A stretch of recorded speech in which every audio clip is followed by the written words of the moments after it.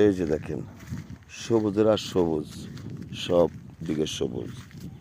দেখেন আশেপাশে সব কিছু সবুজ।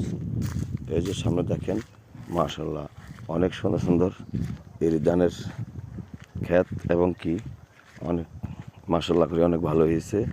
আপনাদেরকে দেখানোর জন্য আমি তাই এখান দিয়ে নামে আসলাম। তো আজকে এরি ধানের দুই একটা ভিডিও করবো প্রিয় বন্ধুরা।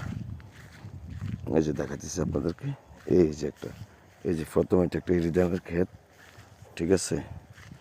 তারপরে এরপরে সামনে একটা দেখাচ্ছি মাশাআল্লাহ করি। এই যে দেখেন,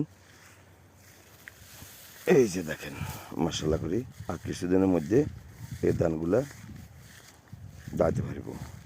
এটা আমাদের নোয়াখালীতে দাগনভূঞা থানার মাধ্যমে এই ধানের চাষি।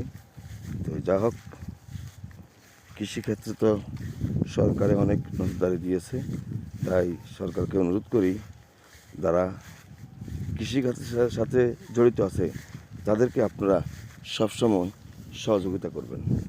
এই যে দেখেন মাশাআল্লাহ অনেক বিশাল ক্ষেত, দেখছেন অনেক বিশাল ক্ষেত দেখছেন। তো যারা কৃষি প্রকৃত তাদেরকে আপনারা সবসময় সহযোগিতা করবেন, ইনশাল্লাহ যেন তারা উৎসাহ যেন বছর বছর তারা এই ধান যে কোনো শাক সবজি যেন করতে পারে, যেন সবাই করি খাইতে পারে। এই জন্য সবাই একটু খেয়াল রাখবেন, সরকারের কাছে অনুরোধ করি।